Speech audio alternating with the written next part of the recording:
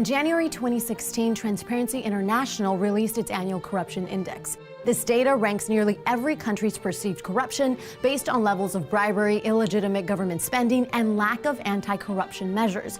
Year after year, many of the same countries are at the bottom of the list. So which countries take up these spots, and why are they so corrupt? Well, as of the end of 2015, the three most corrupt countries are Afghanistan, Somalia, and North Korea.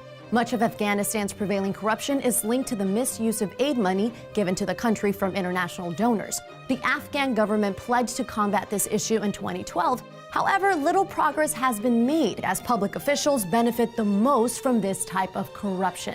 Somalia suffers from a similar problem. A report by the World Bank showed that roughly $130 million of donor funds to the federal government had gone missing over just 2 years.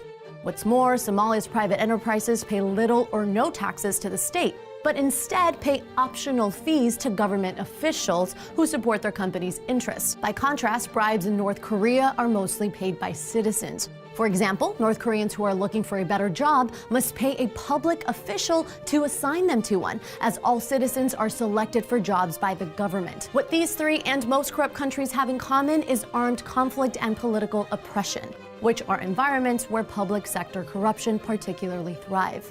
The country that took the biggest tumble was Brazil, which dropped 7 positions in just 1 year.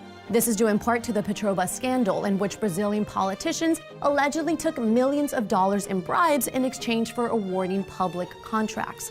The incident slowed investments in energy and construction, costing tens of thousands of Brazilians to lose their jobs. However, Brazil could see a turnaround in 2016 as mass public protests have pressured the government to introduce anti-corruption legislation. In contrast, Northern Europe saw the least corruption in 2015, with Denmark, Finland, and Sweden at the top of the list. Scandinavian countries repeatedly rank well in corruption studies, mainly because they allow public access to the government's budget information, so citizens can see exactly where public money comes from and how it's spent. These countries also have high levels of press freedom and a judicial system that does not base decisions on a person's income. Still, no country is completely free of corruption. In fact, even the highest-ranking countries have been linked to unlawful deals outside their borders. The best example of this is TeliaSonera, a company partially owned by the Swedish state, which allegedly paid millions of dollars in bribes to Uzbekistan in order to secure business there. However, incidents like this are not factored into the corruption index because it only reflects government corruption within a country's borders, not corruption overseas or in the private sector.